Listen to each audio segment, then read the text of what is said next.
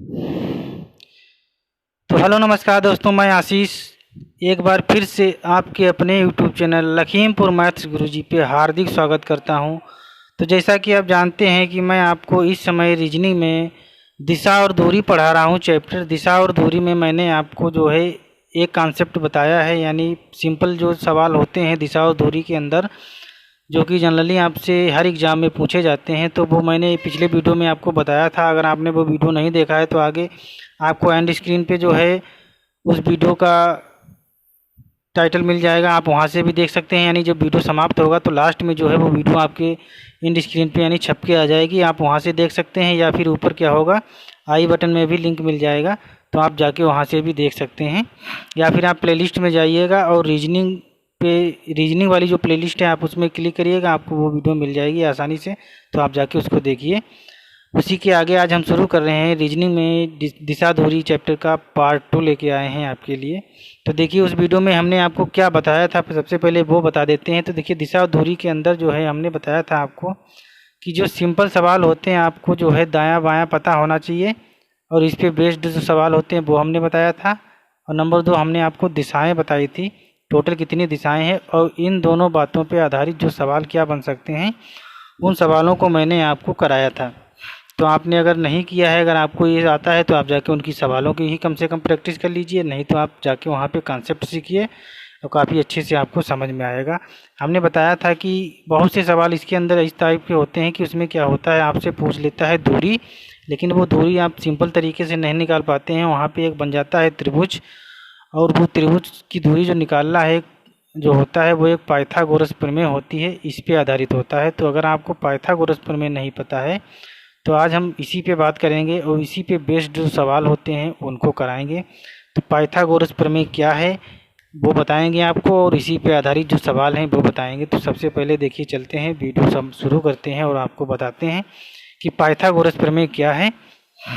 तो अगर आपने चैनल को सब्सक्राइब नहीं किया है तो चैनल को सब्सक्राइब करके बेल आइकन दबा दीजिए, जिससे क्या होगा कोई भी वीडियो आपसे मिस नहीं हो पाएगी, और कोई भी वीडियो मैं अपलोड करूंगा तुरंत आपके पास उसका नोटिफिकेशन पहुंच पाएगा।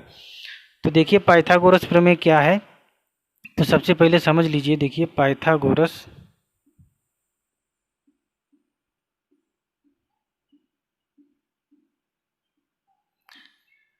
प्रमेय ये आपके गणित में ट्रिग्नोमेट्री में जो काम में आती है। पाइथागोरस प्रमेय आपको वहाँ पे डिटेल में पढ़ने को मिलेगी, पाइथागोरस प्रमेय क्या है। और हाइट और डिस्टेंस जो होता है, ऊंचाई दूरी वाला जो है सवाल होता है, वे इसमें त्रिकोणमिति यानी ट्रिग्नोमेट्री में वहाँ पे आपको ये प्रमेय पढ़ने को मिलेगी डिटेल में। तो यहाँ भी हम आपको बताने की कोशिश करेंगे, आप समझिए। देखिए क्या होता है, ये कोई रेखा होती है यानी ये कोई लाइन है, इसके ऊपर जब आप लंब डालते हैं तो क्या होता है, ये लंब और इस लाइन के बीच का ये जो कोण होता है, ये जो कोण कितना होता है, यानी किसी लाइन पे जब आप लंब डालते हैं तो ये जो कोण होता है ये 90 डिग्री का कोण बनता है। और इनको जब मिला देते हैं तो ये एक त्रिभुज बन जाता है, यानी 3 रेखाखंडों से घिरी हुई एक बंद आकृति बन जाती है। और इस आकृति को क्या बोलते हैं, त्रिभुज, जो कि आपको ये पता होना चाहिए। इस बंद आकृति को त्रिभुज बोला जाता है। इसमें ये वाली जो साइड होती है इसको बोला जाता है लंब, और इसको बोला जाता है, यानी ये यहाँ से जो साइड होती है इसको क्या बोला जाता है, तो आधार, और इसको बोला जाता है कर्ण।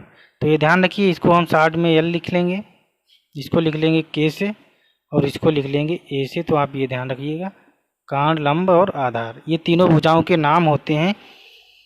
और ये त्रिभुज बन जाता है। और त्रिभुज वो भी कौन सा त्रिभुज होता है, तो वो होता है आपका समकोण त्रिभुज। यानी त्रिभुज तो कई प्रकार के होते हैं, लेकिन जिस त्रिभुज का जो कोण होता है वो 90 डिग्री का होता है उसको क्या बोला जाता है, समकोण त्रिभुज।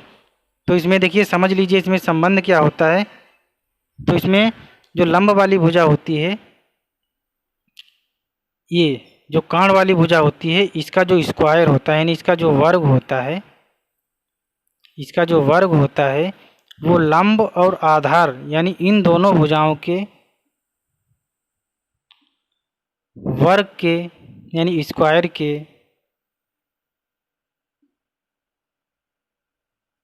योग के बराबर होता है। तो ये बात आप ध्यान रखिए। देखिए यानी के का जो स्क्वायर होगा वो एल स्क्वायर होगा प्लस ए स्क्वायर होगा, ये एक संबंध होता है, ये आपको ध्यान रखना है, रिलेशन होता है। यानी जो कर्ण वाली भुजा होती है, इस अकेली भुजा का जो स्क्वायर होगा वो इन दोनों भुजाओं के स्क्वायर के योग के बराबर होगा। यही एक प्रमेय बन जाती है। इसी प्रमेय का नाम होता है क्या? पाइथागोरस प्रमेय। तो आपको ये बात समझ में आ गई होगी कि पाइथागोरस प्रमेय क्या है और इसमें क्या संबंध है, किस तरीके से इसको लिखते हैं। तो देखिए यहाँ से आपको कोई भी कर्ण, दो भुजाएं दी होंगी यानी लंब दी होगी, आधार दी होगी, तो कर्ण निकालना होगा। अगर आप मान लीजिए आपको कर्ण दिया है और आपको मान लीजिए लंब निकालना है, तो लंब स्क्वायर बराबर क्या हो जाएगा? इधर ये कर्ण स्क्वायर है और ये ए स्क्वायर इधर प्लस का है, इधर आएगा तो माइनस का हो जाएगा, तो ये आपका यहाँ से लंब भी निकल आएगा। अगर आपको मान लीजिए आधार निकालना है, तो आधार का जो स्क्वायर है इधर ही रखिए, इधर कर्ण स्क्वायर और इधर एल स्क्वायर आ जाएगा, यानी माइनस में हो जाएगा क्योंकि उधर प्लस में है। तो ये यहाँ से आप तीनों भुजाएं निकाल सकते हैं, यहाँ से कर्ण निकाल सकते हैं, यहाँ से लंब निकाल सकते हैं, यहाँ से आधार निकाल सकते हैं। तो आई होप आपको ये बात समझ में आ गई होगी। आप ये लिख लीजिए, इतना नोट कर लीजिए अगर आपने नोट नहीं किया है, या नोट कर लिया है तो अच्छी बात है। देखिए बढ़ते हैं आगे की ओर। ये आपको सेटिस्फाई करके दिखाते हैं त्रिभुज में किस प्रकार से ये बनता है, संबंध सिद्ध करके दिखाते हैं। तो समझ लीजिए अभी। तो देखिए एक त्रिभुज होता है, इसमें संबंध होता है। ये मान लीजिए त्रिभुज है, तो ये लंब है, ये आधार है, ये कर्ण है, और ये जो कोण होता है 90 डिग्री होता है, इसीलिए समकोण त्रिभुज बनता है। तो देखिए मान लीजिए ये 3 है, ये 4 है और ये 5। तो देखिए चेक करिए, देखिए मान लीजिए 5 का जो स्क्वायर होगा यानी 5 स्क्वायर बराबर, हमने बताया है कि कर्ण का जो स्क्वायर होगा वो लंब स्क्वायर प्लस आधार स्क्वायर के योग के बराबर होगा। यानी इस अकेली भुजा का स्क्वायर जो है वो इन दोनों भुजाओं के स्क्वायर के बराबर होगा। तो आप चेक कर लीजिए, देखिए 5 25 बराबर 3 तियाँ 9, 4 चक्कू 16, तो 25 बराबर 16 9 25। तो देखिए यहाँ से सिद्ध हो जाता है, ये प्रमेय यहीं से बन के आई है। तो आपको आई होप ये बात भी समझ में आ गई होगी। तो देखिए ये अनुपात, ये हमेशा ध्यान रखिएगा, ये रेशियो रहता है इसका 3 4 5 का। मान लीजिए ये साइड आपको 12 दे दी जाएगी, सॉरी ये साइड आपको 12 देंगे और ये आपको कितनी दे देंगे 16, और आपसे ये साइड पूछ लेंगे। तो आपको पता है ये 3 4 5 का अनुपात रहता है किसमें? लंब आधार और कर्ण में। ये हमेशा ध्यान रखिएगा, ये रट भी लीजिए, काफ़ी काम में आएगा अभी। तो देखिए यहाँ पे 3 है, ये 4 है, यहाँ पे 5 है। तो देखिए यहाँ पे 3 का 4 गुना यानी 12 दे रखा है, यहाँ पे भी 4 का 4 गुना यानी 16 दे रखा है। तो यहाँ भी आपको क्या कर देना है? 5 का 4 गुना कर देना है, यानी ये कितनी हो जाएगी 20। यानी अगर ये 12 होगी, ये 16 होगी, तो ये कितनी होगी जाके 20। लेकिन अगर ये 3 है, ये 4 है, तो ये कितनी होगी जाके 5। ये बात आप ध्यान रखिएगा। इधर अगर मान लीजिए 18 है, इधर 24 है, तो ये कितनी होगी जाके, तो ये चीज़ आपको समझना है। हर बार ये चीज़ करना नहीं है। वैसे आप यहाँ से भी निकाल सकते हैं, इसका स्क्वायर करेंगे, इसका स्क्वायर करेंगे, फिर जोड़ेंगे, फिर इसका स्क्वायर रूट लेंगे, तो काफ़ी लंबा होगा। तो देखिए ये कितनी बार जा रहा है, यानी 6 गुना दे रखा है, ये भी इसका 6 गुना दे रखा है। तो आप भी क्या कर दीजिए, इसका 6 गुना कर दीजिए, यानी 5 छक्का ये कितना हो जाएगा 30 हो जाएगा। तो आई होप आपको ये बात समझ में आ गई होगी। तो ये आप अनुपात रट लीजिए, यानी ये 3 ये 4 ये 5 ये फिक्स रहता है। तो ये बात आप ध्यान रखिए। बढ़ते हैं, देखिए आगे एक सवाल से आपको बताते हैं।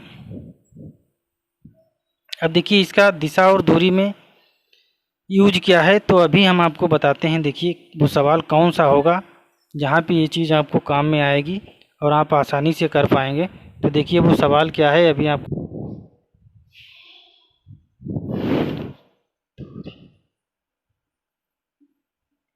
तो देखिए ये रहा आपका सवाल। ये सवाल काफ़ी लंबे होते हैं, देखने में काफ़ी लंबे लगते हैं, लेकिन इनको लगाना बड़ा आसान होता है। तो देखिए क्या है, लिखा है कि प्रशांत अपने घर से दक्षिण की ओर, ये अगर आपको दिशाएं देखिए नहीं पता हैं और ये आपको कहाँ गया दायां बायां नहीं पता है, तो आप जाके पीछे वाला वीडियो देखिए जो कि आपको एंड स्क्रीन पे मिल भी जाएगा। तो आप वहाँ से भी देख सकते हैं, या फिर प्लेलिस्ट में जाके देखिए दक्षिण, ये दायां बायां और दिशाएं आपको सब क्लियर हो जाएगा। तो देखिए प्रशांत यानी कोई भी व्यक्ति है, प्रशांत है, यहाँ पे नाम दे रखा है, कोई भी हो सकता है। अपने घर से दक्षिण की ओर 3 किलोमीटर जाता है। मान लीजिए इसका घर है, कहीं पे भी मान सकते हैं कोई बिंदु जहाँ से वो व्यक्ति चलना शुरू करता है। और दक्षिण किधर है तो ये आपको पता होना चाहिए, नीचे की तरफ दक्षिण है। तो देखिए एक बार हम बता देते हैं ये दिशाएं चारों क्या हैं। ये पूरब है, ये पश्चिम है, दिख रहा है? नहीं दिख रहा है तो थोड़ा साइड में लिख देते हैं। देखिए दिशाएं समझ लीजिए, 4 दिशाएं हैं आपकी, ये पूरब, पश्चिम, उत्तर और ये नीचे क्या होता है, दक्षिण होता है। तो ये आपकी 4 दिशाएं हो गई।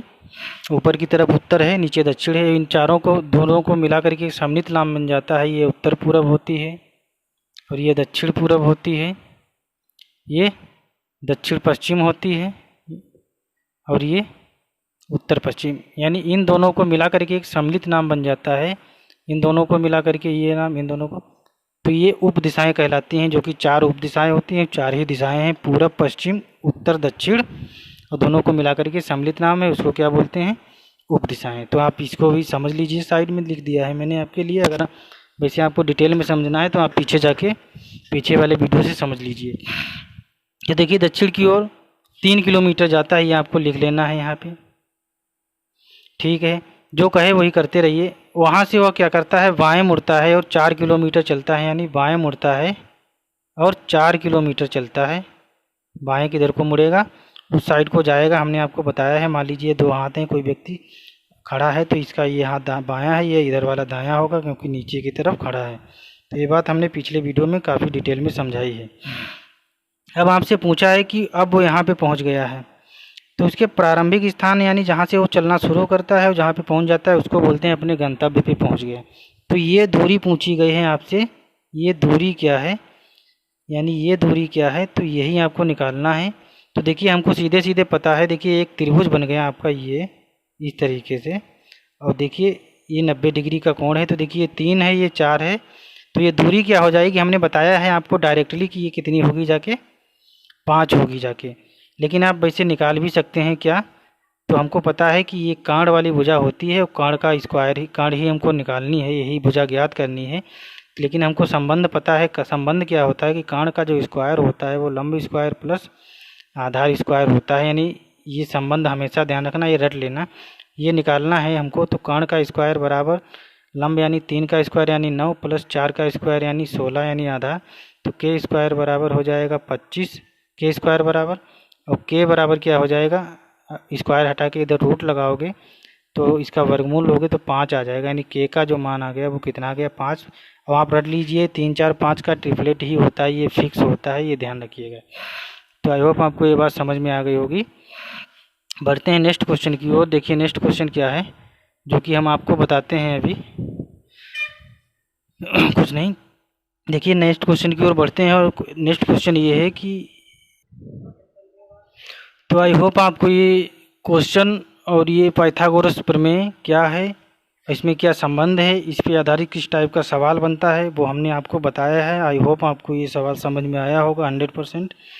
अब देखिए 2 क्वेश्चन कर लेते हैं अच्छे अच्छे, इससे क्या होगा, आपके कॉन्सेप्ट की प्रैक्टिस हो जाएगी। फिर आप जाके वापस से अपनी किताब से काफ़ी क्वेश्चन करिएगा जाके, जितने भी करने हो।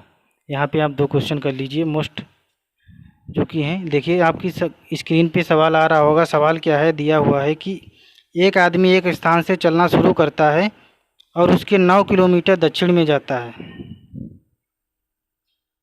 एक आदमी एक स्थान से चलना शुरू करता है और उसके बाद वह 9 किलोमीटर दक्षिण में जाता है, और उसके बाद वह पूरब में मुड़ता है, 3 किलोमीटर जाता है।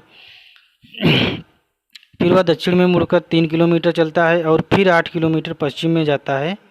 तो प्रारंभिक स्थल से वह कितनी दूरी पर है, तो ये सवाल है। तो देखिए जो भी सवाल बोल रहा है वही आप करते रहिए और सवाल को लगाते चलिए। देखिए सवाल क्या है, एक आदमी कोई भी है, वो एक स्थान से चलना शुरू करता है। मान लीजिए वो यहाँ से चलना शुरू कर रहा है, यहाँ से चलना शुरू कर रहा है, समझते रहिए बोर्ड पे,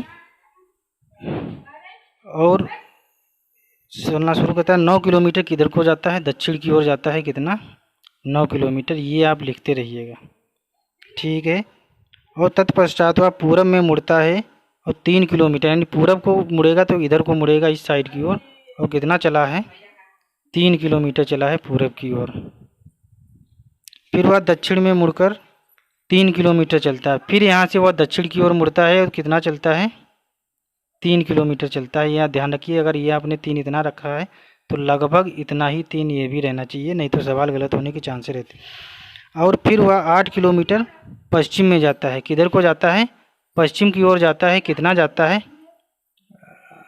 8 किलोमीटर पश्चिम की ओर जाता है। तो आपसे देखिए पूछा क्या गया है, प्रारंभिक स्थल से कितनी दूरी पर है। देखिए 4 ऑप्शन है, 13, 12, 15, 11। तो आप लगाइए इसको। देखिए तो प्रारंभिक स्थल से वो कितनी दूरी पर है। देखिए ये सवाल है आपका, यानी ये प्रारंभिक स्थान था और वो यहाँ पे है, तो यहाँ से ये दूरी पूछी गई है तो आपको निकालनी है। तो देखिए, तो ये देखिए अगर देखें यहाँ से यहाँ तक तो ये कितना हो जाएगा, ये 9 है और ये 3 है, तो ये 3 ये भी हो जाएगा। और ये टोटल यहाँ से यहाँ तक की अगर दूरी की बात करें तो ये दूरी कितनी हो जाएगी, 12 किलोमीटर। और अगर इसकी बात करें देखिए तो कितना है, ये टोटल 8 था, ये 3 है, तो ये कितना बचेगा, 5, क्योंकि ये टोटल 8 है और ये 3 इतना निकल जाएगा, तो ये बचेगा कितना, 5। अब हमको न लगा देना है। देखिए इसमें पाइथागोरस प्रमेय। देखिए अब ये एक आपका त्रिभुज बन गया, यहाँ से यहाँ तक ये और ये और ये यहाँ से यहाँ तक। देखिए आपको अगर ना समझ में आया हो तो हम सवाल को फिर से बता रहे हैं। देखिए ये टोटल यहाँ से यहाँ तक की जो दूरी है वो कितनी है, ये है 8 किलोमीटर। और हमको ये दूरी निकालनी है यहाँ से यहाँ तक, तो एक त्रिभुज बन जाएगा। देखिए ये 9 है यहाँ से यहाँ तक और ये 3 यहाँ से यहाँ तक हो जाएगी, ये टोटल 12 हो गई। अब ये यहाँ से यहाँ तक 8 है, तो जब 3 ये है तो 3 ये भी निकाल लीजिए, तो ये कितना बचेगा, केवल 5। तो ये 5, 12,